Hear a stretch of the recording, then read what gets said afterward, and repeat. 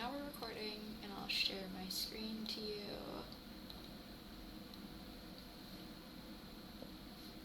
Okay. And you can see, like, my drone here, right? Yeah, I just saw it's loading. Okay. Yeah, I can see it. Awesome. Okay. So, I thought it would be easiest to show you an example of, like, an existing node graph that I had made, and then we'll jump into, like, a project that's kind of empty, and I'll show you kind of how that looks. So this was my drone project. Yeah, I really liked how I did this one in terms of just organization for the most part. So basically, what did I just do? And I froze Mari, of course. Hang on. Okay. Well, I might have just done something to break it, but we'll just hope for the best. So this is a node graph. And so what's going on here is you'll see, like, here at the end, right, I've got these comment boxes. So these big sections that I've made here are just comment boxes to help me find things quickly. So if I zoom way out, I've got my gloss, spec, bump. These are going to be sort of like, they're almost a little bit more of an advanced topic, but these are how I do my mask sharing. So when we do, like, the thing where we, like, there's, like, this really weird thing that the instructor does where he, like, drags a channel over and links it. Yeah, it's very complicated. Yeah. Peeling mask, Yeah. Doing layers. Yeah, I never understood that. This is how I do that. So we'll go over this because it's, in my opinion, way easier for mask sharing. And then, like, this right here, this is going to be your viewer.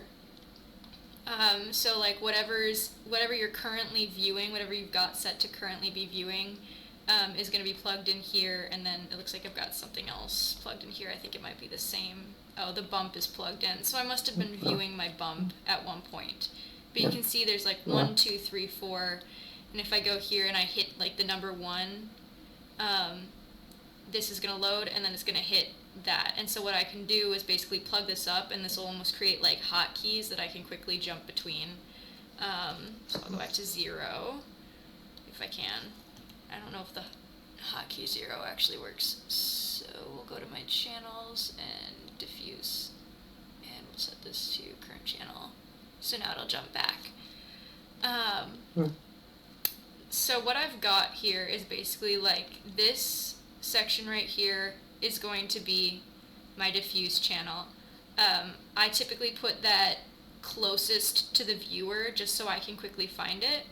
And this is going to have all of my, like, color information organized here. And I typically do it, so you know how we'll, like, set up our layer, like, folders and stuff before we get started? Yeah. What I'll do is I'll create comment boxes for each section that I want to create, and those will function like my folders. There are ways to, like, nest various node graphs, but I don't necessarily know how to do that.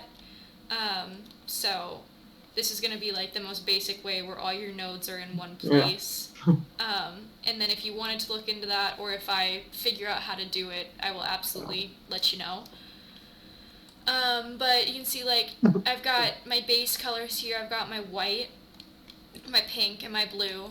And then the actual, like, base metal that's going on, which also has some chipping, because the base metal, I thought, should have almost like a gray coating over it. And then the chipping underneath should be more of, like, an exposed metal. So that's kind of something I built up here. And now if I go close, that's interesting. There's no nodes in my painted blue metal. Wonder how I did that. Wonder if that's what I did earlier, that I accidentally removed stuff.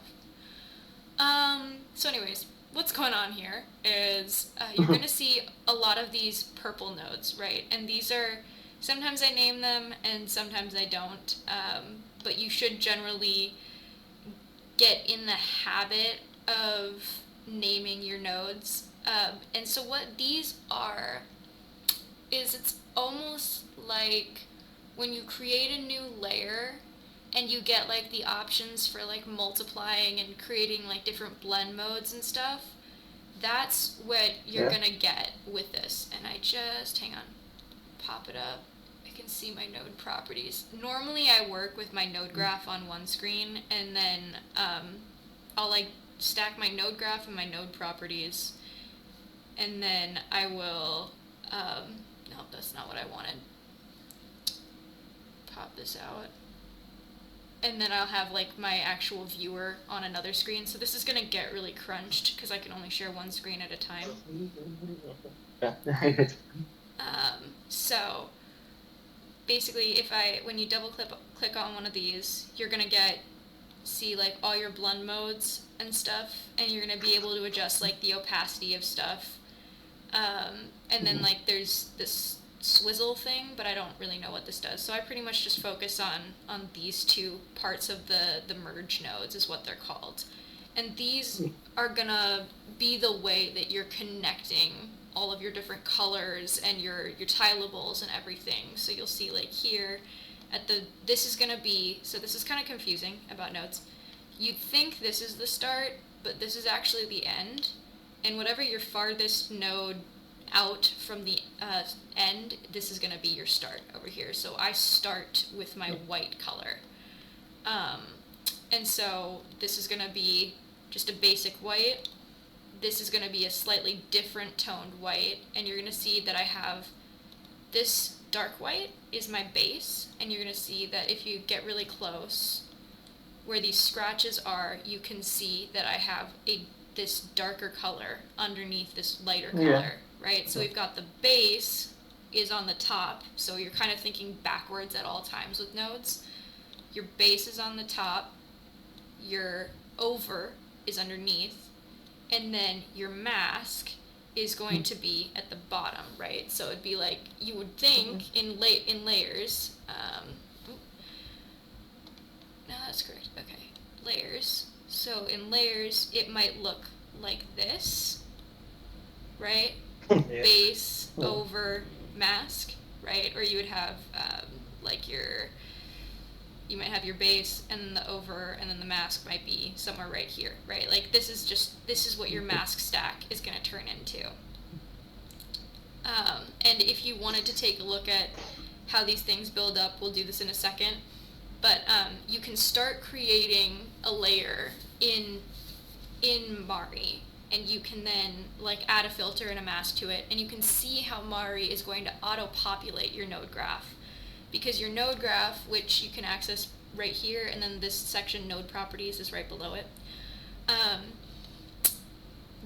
it's going to populate all those nodes in the node graph, but when it automatically populates them as you're creating layers, it's going to turn into like a spaghetti soup that's really hard to understand and read. So the thing to know about nodes is if you're going to use them, you need to start with them. But when you're learning them, you can also create layers and watch the node graph populate, and you'll kind of see how this builds up. Are you following me? Questions so far?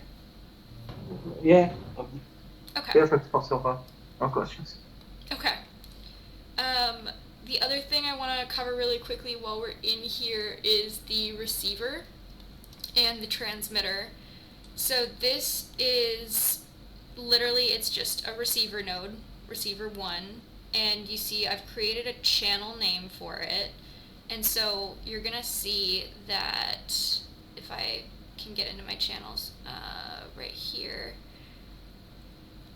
I have these like painted metal blue mask, painted metal pink mask, I have one for white, I have one for my rubber. The way that I am generating my masks is on these channels, and then I am bringing them, they're over here in my node graph, right? So Yep. what you automatically get when you create a new channel is you get the channel output, a merge node, a base color node, and a bottom transparency. Technically, you can just delete this stuff, and you can just have your channel, and then you can start building your node graph out custom-wise if you want to, but I always keep the basic stuff. and I tend to work off of that just so that I know I'm not breaking anything. It's kind of good to have the bottom transparency at the end, if just in case you might accidentally have an alpha value that isn't getting filled or something, and so you want to keep that.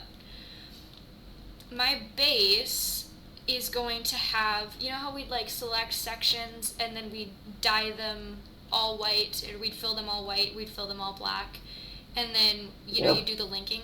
So here's where I create that all white and all black fill for my base metal, right? So if we look at this, what we're gonna see, if I hit 1, so now I'm gonna start viewing it, is all of these sections have my base metal exposed, and then all of my like glass and fabric or wires, whatever, that's all black. So I generated that here on this mask, and then that's all that's here in this channel. Then I create what's called a broadcaster node. Okay, so that'll be, in order to create a node in the node graph, you hit tab, and then BROAD, teleport broadcast, will create a new broadcaster. I plug that in here, and then you're going to type in what you want the name of your broadcaster to be, okay? And in order to link your broadcaster in, then you're gonna come back, well, let's see here, I've got this one up here. You'll see I made the base metal mask, right? Base metal mask on my broadcaster. And then here, where I want, this is gonna be like I'm gonna think of this as like the gatekeeper node for my base metal information and color. So if I hit 1 on this node, now I can see this is where all of my only effect from it. Yeah. So what I've done is I've created a receiver. You need a broadcaster and then a receiver. And in the broadcaster you create the name, and then in the receiver you can pick from any of the masks that you've created. So I have that whole stack of broadcaster nodes. So this is all of my broadcaster nodes. And then up here I'm using, you can see wherever you see this little yellow bar, I'm using a receiver to generate that mask and link the mask channel into my Just basically you can use the mask everywhere. Yep. It's much better than the one Right. in that board too. Yeah. So I highly recommend using this method. You can see I actually created a dripping mask, and then I created a broadcaster, and then that's getting plugged into my color, and I created an edge mask, and then I created a broadcaster, and then that's getting plugged into my, I think I use that in a couple places throughout, like through my chipping and stuff. So this is where you can see that this is how I'm doing all of my mask population. And then, now there is a better way to do this than what I do, but, or at least I think that there is, but then when I get done with my color and I'm happy with my diffuse, right, so this is all my diffuse, these are my, I consider these like my more complex masks, and then these are like my region masks right here. So once I get done generating all of this stuff, what I do is then you would normally clone your folder, you would duplicate it, and then you'd create your bump and your speck and your gloss. I literally copied my color channel, pasted it down, and then created the new nodes that I needed for like my bump, right? So I have, here you see I have my luminosity, sRGB to linear, and then a clamp, and I think that's the correct order. Don't ask me. My technical execution might not be perfect, but I can get the nodes to work. So, and then that's getting output into my bump mask. So you'll see that's my bump mask right there that's getting populated. And so you'll see drips right here would be the end of my color channel up here. And so it's exactly the same, and it's just coming down into those 3 nodes, and then I think I like disconnected or added a few things to make the bump channel more interesting. Same process was used down here for specular. You'll see I have these 3 nodes that I added, plugging into my spec channel. We'll hit 1, and that will change. and now we've got spec, and then that's coming back into the exact same flow of logic, except for I removed pieces that I didn't need. You'll see this node graph section is going to be less complicated than this section, and that looks like I left that about the same, but yeah, I don't know how I'm seeing blue, because I definitely accidentally deleted those nodes. Oopsies. Yeah. Well, it's a phrase that did something. That's fine. I am not going to save this, so we'll be okay. Okay, and then we've got one for gloss as well, and then just so you can see my gloss, and here I added, you know, he like the instructor tends to add a lot of extra stuff, so that's what I'm doing here, is adding a bunch of smudges and things, and you know, I can't necessarily read this now. This is why you should really name your nodes. What I could do is I could go like 1 and view from this node up, and then now I can see this is kind of where I'm doing some like desaturated like smudging, and then looks like, I don't know, doesn't look like there's a ton of change there, so maybe that node isn't doing anything really. I think usually by the time I get to my, is this spec? No, gloss. Yeah, by the time I get to my gloss channel, I'm always rushing, so things get a little bit messier. But, yeah, you kind of get the idea. If we go here, we see, like, this is just the drips. So, how do we actually do this? Do you have any questions so far? Are you following me? Yeah, very clear. Okay. No questions. Okay, so let's go to my elf, and we're just going to discard whatever I did to that to mess it up. And we'll wait for my elf project to load up. And this is empty. The only thing I've done is I've like created a version of the geometry, so like this is my high poly. If I go to my objects, I can switch to my low poly, which we'll use for this. And then I think I brought in like a couple geo channels just so I can show you the AO and curvature geo channels and how they work. Now with this, I created, so this is what your node graph is going to look like when you first start. All you're going to have usually is your viewer. I use the V-Ray material preset. You could honestly just delete this and then plug this in to current material. Oh, it's going to want current channel. Okay, I guess you can't. If you set up the preset, you have to keep it, but that's fine. It's not that important. But you could just go like here, hit 1, and now you'll be viewing your current channel that you're working with. Because yeah, I think if I go to my channels, the only one I have is my diffuse color. And I always create my channels in here, just like we normally would. So if I wanted to add a quick channel, I would do it like this, and you'll see it gets populated over here. And we're going to be viewing, okay, now it'll give us current channel. So now we're looking at this new gray filled channel. It's going to be named quick channel. What I can do is double click it, rename this to test, and then you'll see these are the 3 nodes I was talking about. We have the base merge, the base color, and then the bottom transparency. And I think you can just delete them. Yeah, you can just delete them right from here if you want. But just for the sake of like my OCD, I usually like right click and delete or add them or whatever. So how does this work? So what you're going to be doing is, I typically keep like, go ahead and move this out, right? And the first thing I'm gonna do is, let's say I want him to be red, green, and pink, or something like that. So I'm going to create a, how do I do this? I think if I select this and go C, or no, oh, background, that's what it is, tab, backdrop.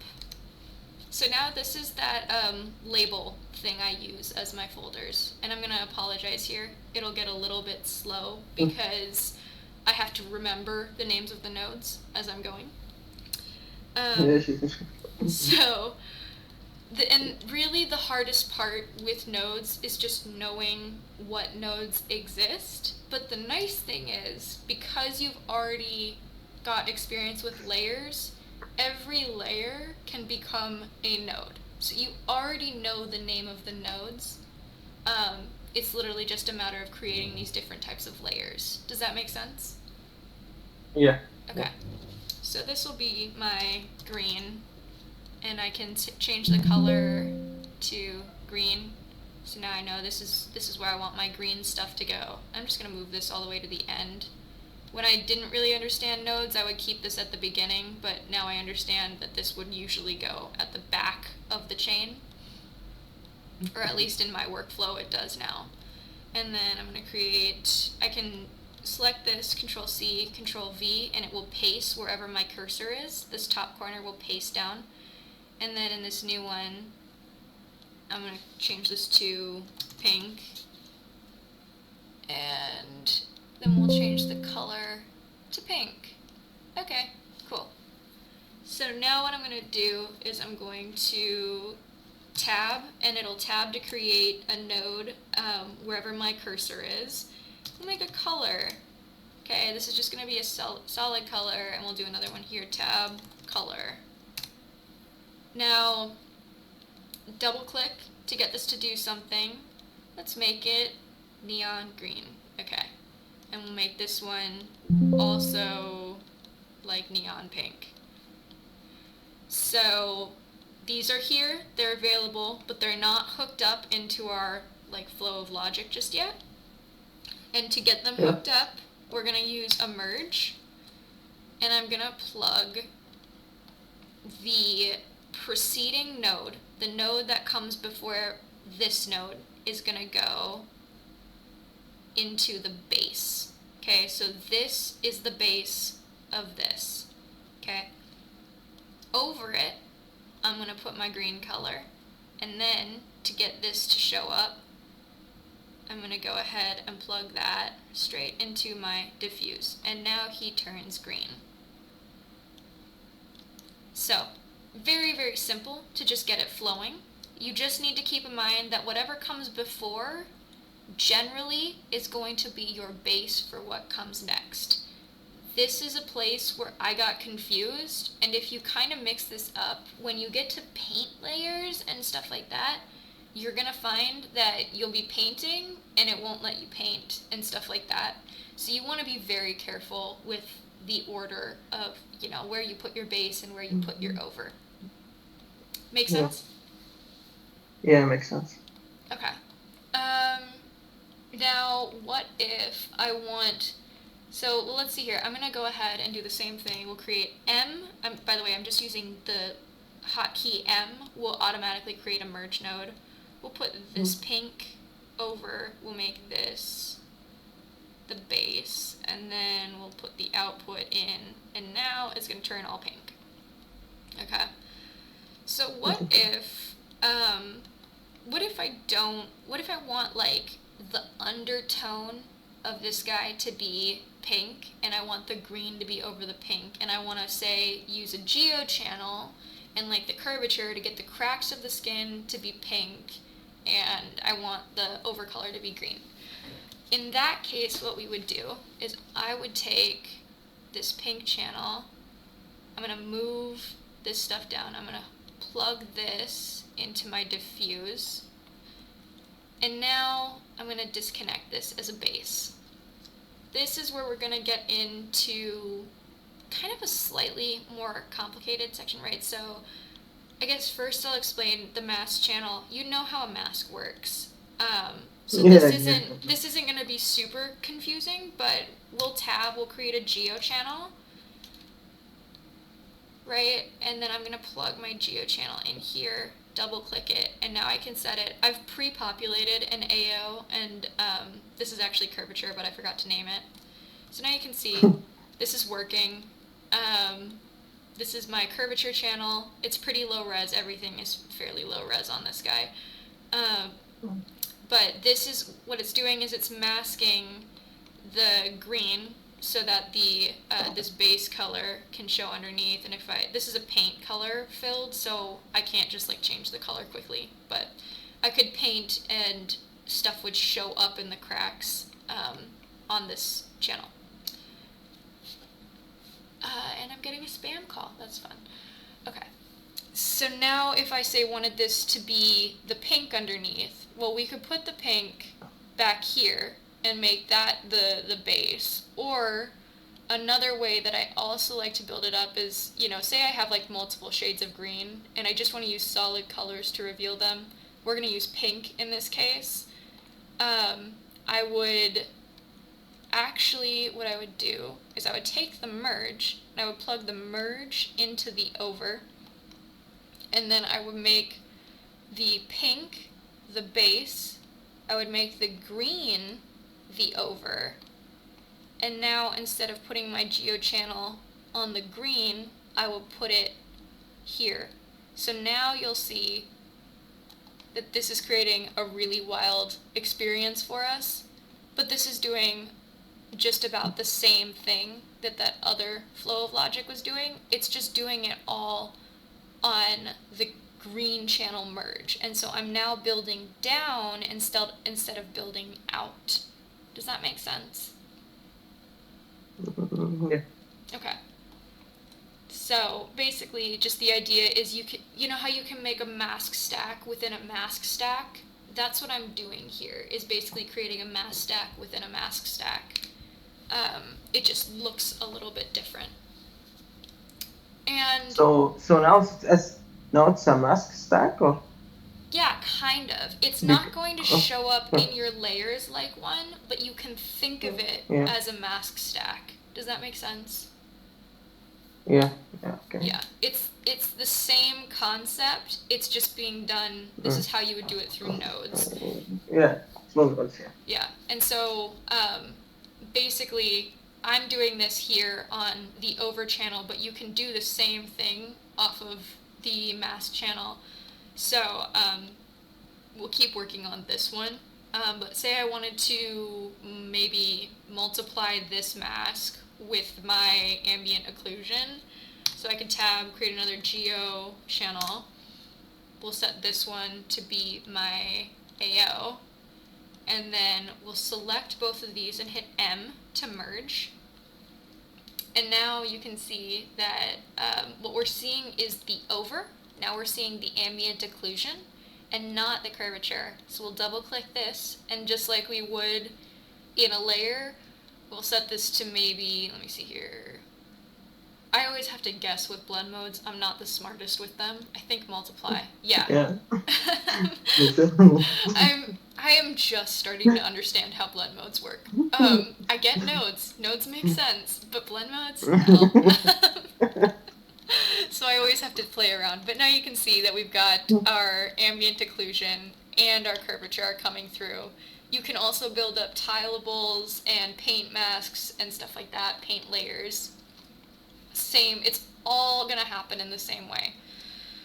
So let's say I want to put a tiled in now, right? Let's say that I want the ambient occlusion to show in some places, and I want to mask that off with a tiled or something, you know.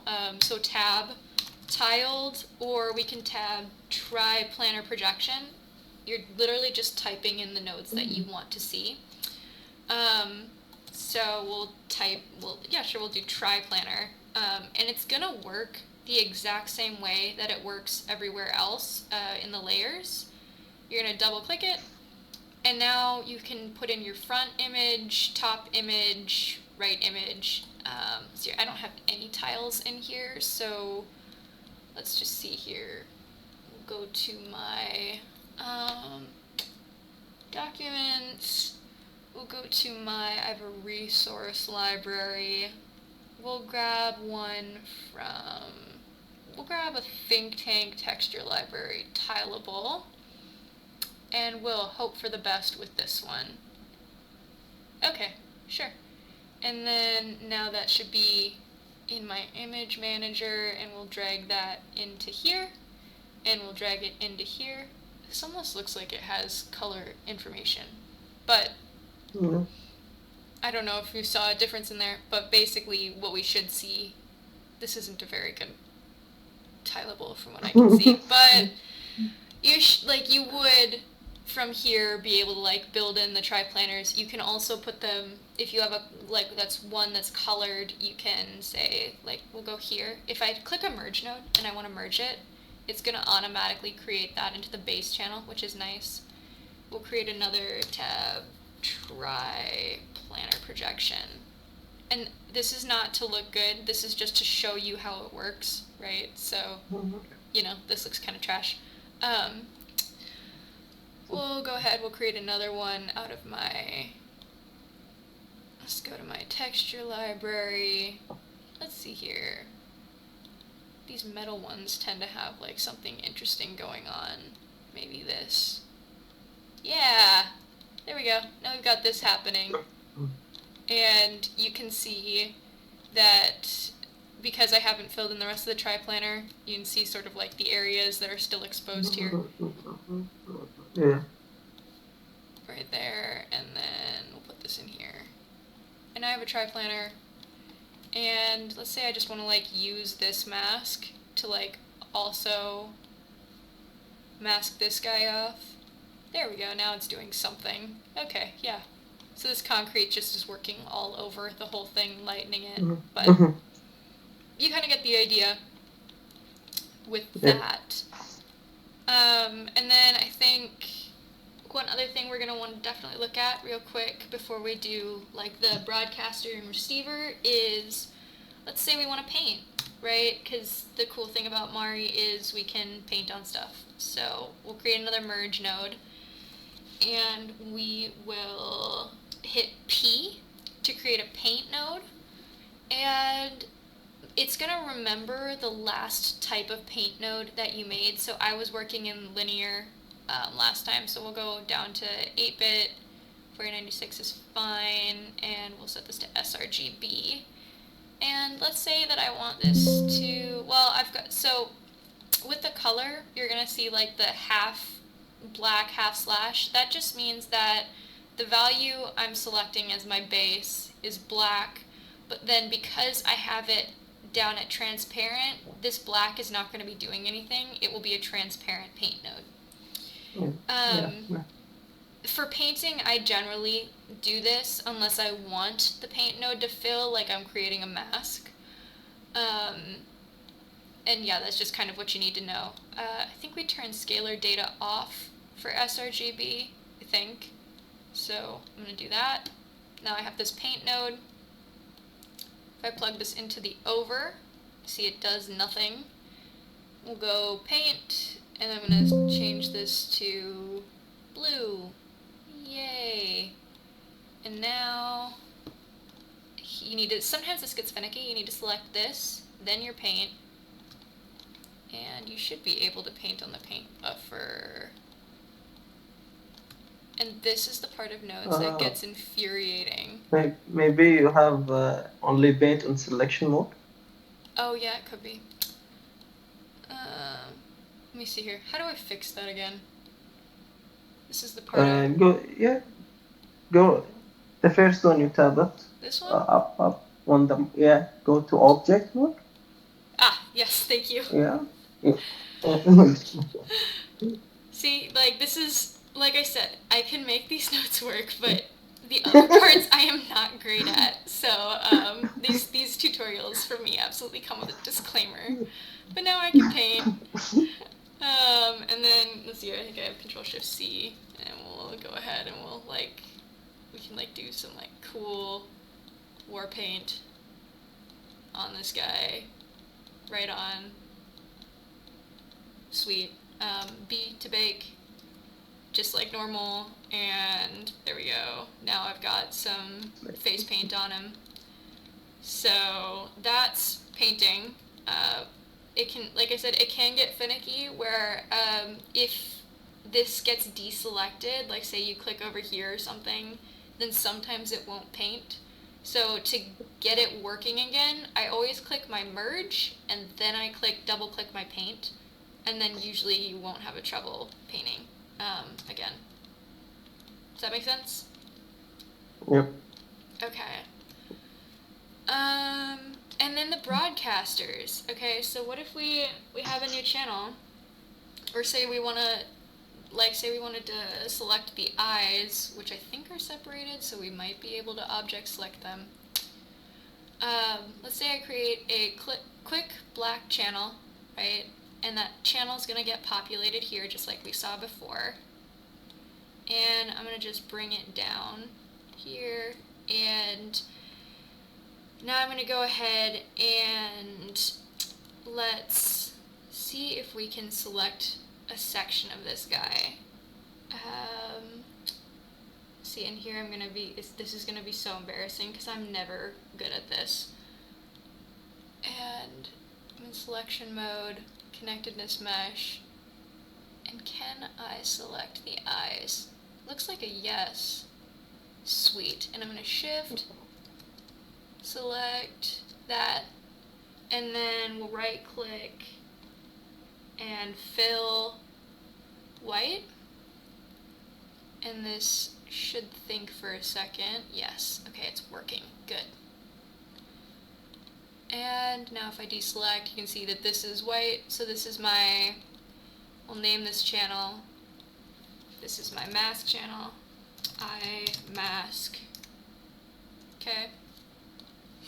And now to get this eye mask into this diffuse, just like I kind of showed you earlier, we drag off of this, we'll tab, and we'll create a sorry, I was just working in Unreal where you can drag off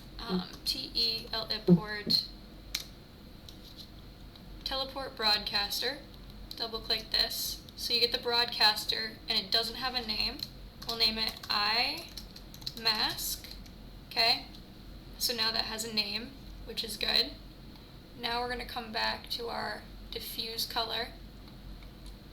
And let's say I don't want any of this stuff really to be affecting my eyes. Okay? Let's say I want the eyes to be red or something. We will go ahead and so what's the easiest way to do it? So the easiest way to do it is to have your gatekeeper, right?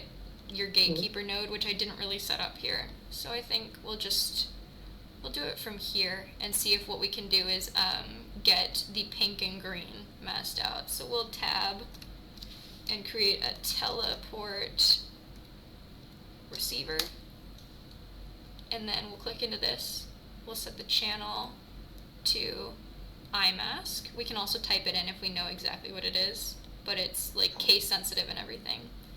And now this is working in reverse of what I want. This is putting the green and pink is working and everything else is not working. So instead what we can do is we can do this, then we can select this, tab, invert, and now it's going to be inverted. So now this stuff is being allowed on the eyes and this is not. And as you saw before, if you use a little bit more of a thought process, you can basically target where things are going to be working and sort of build your nodes and your mask stacks in this downward fashion, so that you're basically only working on the eyes, or you're only working on the body. And I tend to actually do these I will set them up like first, almost like these will be like my selection sets almost. I will set these up first, and I will create like these sections, and I will set up the merge and the mask just so that I know in advance that when I start working on my green and pink, I'm only working on the body. And then I'd have another section that is this but regular, and I would have that set up so that I'm only working on the eyes. And that's pretty much it for nodes. That's really how they work and what I use them for. You have any questions? Anything you want to see? I don't have any question, but as you demonstrated, it's looking very straightforward. Yeah, it's a very Yeah. linear way of thinking about it. Yeah. And it's nice because you can see everything that you're doing. And you can like name that this is, this is gonna be for your mask or something, or this is your paint. Okay, so then you have your paint merge, and then this is your war paint. And you can just build these things out so then you know exactly where everything is. And like, can tab, you can select multiple, create a backdrop, double click, and now this is war paint. Are there some nodes that only available on nodes and not on the layer system we used to do? The teleport, some- broadcast, and receiver, I think, are only allowed in the nodes. I haven't seen them mentioned in the layers.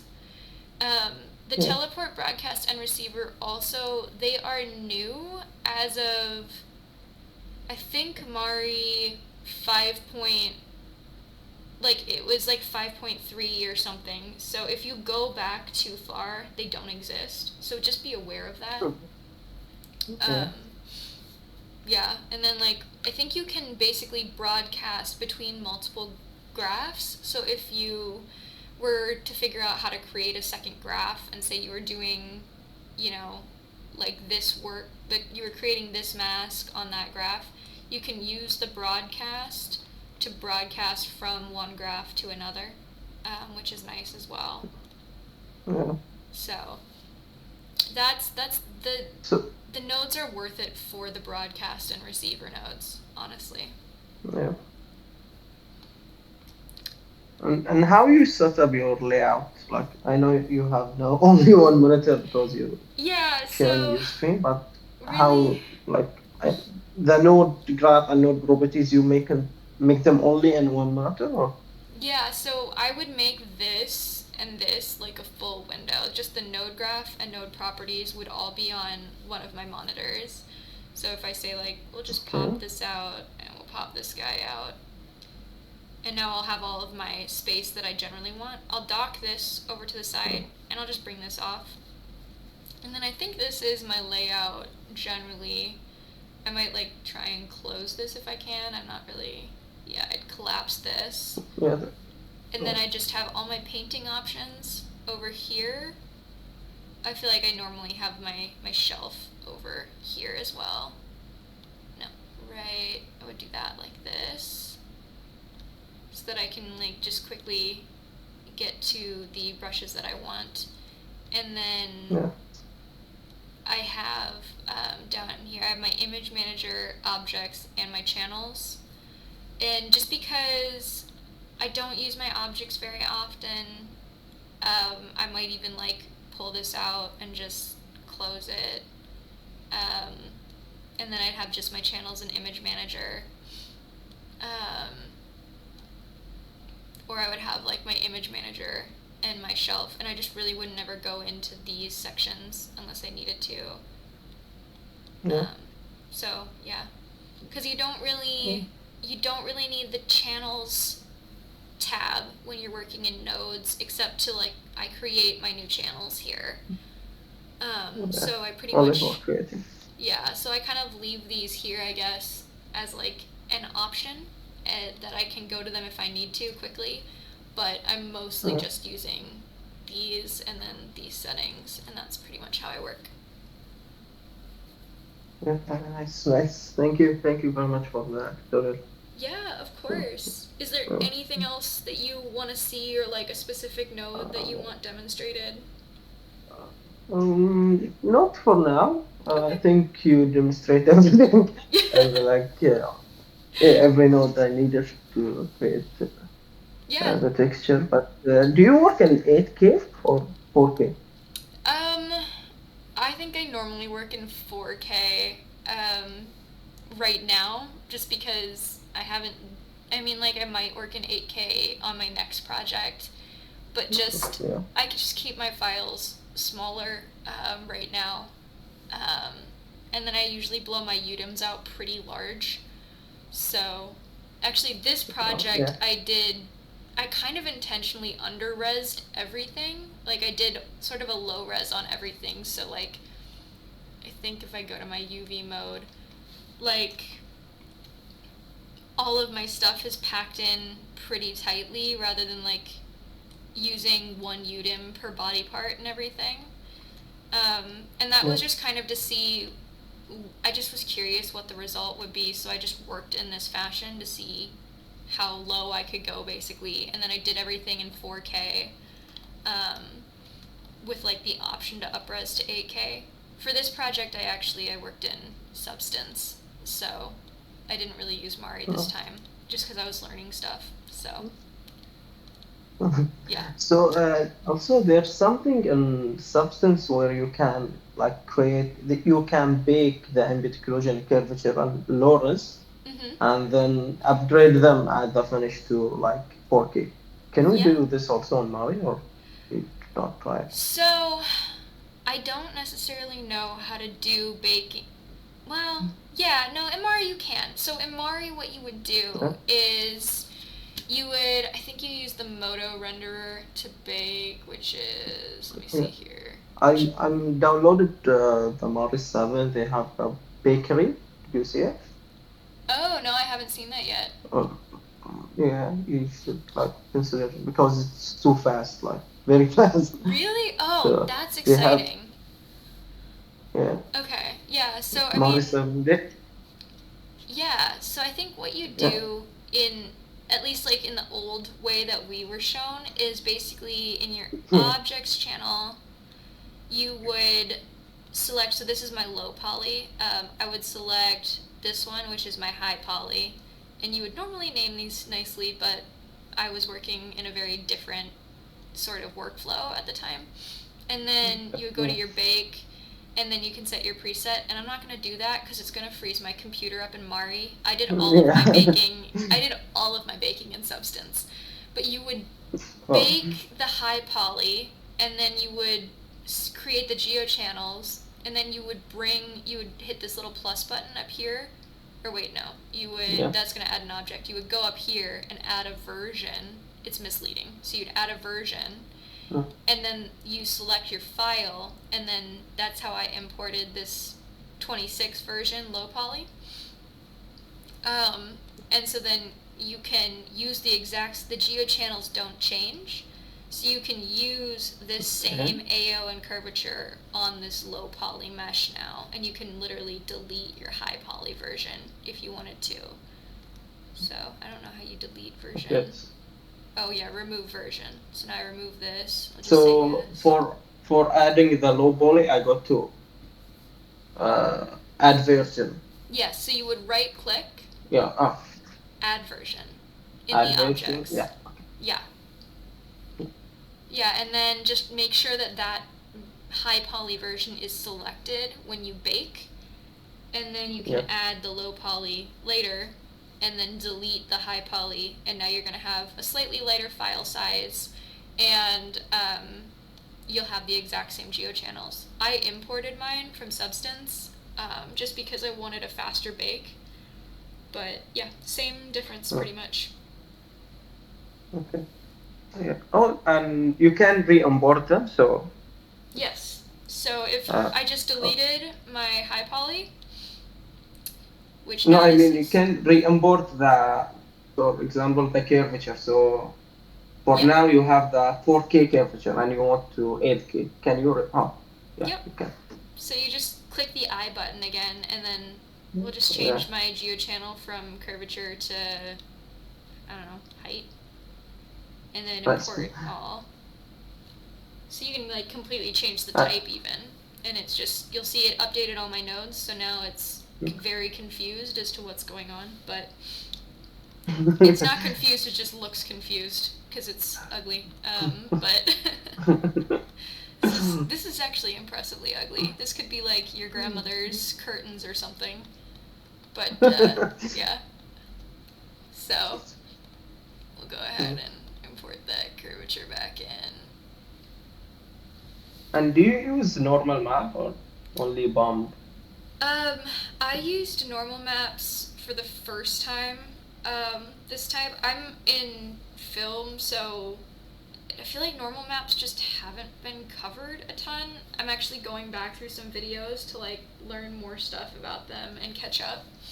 But I did use them, but I've only used them in Substance. I have not painted them in Mari. I think the workflow that I'm going to be using in the future, just because there were a lot of benefits to Substance that I discovered, is I think what I'll do is paint all of my diffuse work in Mari. And then for my bump, my normals, my specular, my glossy, or my roughness, I worked in PBR this time, roughness. So if I was going to do roughness and height, I would do that stuff in Substance. And just export your textures from Mari and then import them into Substance. Yeah, and then you can, basically the nice thing about Substance is it allows you to somewhat partially look dev your object as you're working, whereas in Mari you have to just understand how the black and white values work. And for me that's just too much guesswork. So Substance you must imagine the light. Yeah, just imagine how this black and white is going to translate to shininess. And I'm like, what? No.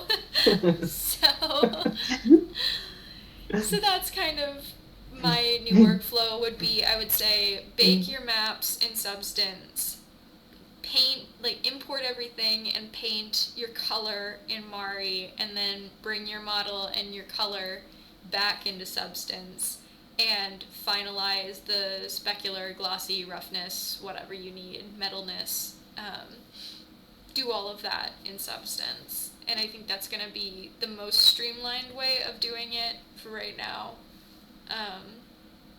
Yeah, just at least while you're in like a student position, you might have a different workflow entirely when you start working. But for personal work, I think that's totally fine. So I'm going to go ahead and just stop recording, actually, because I feel like we don't need all this. But, yeah.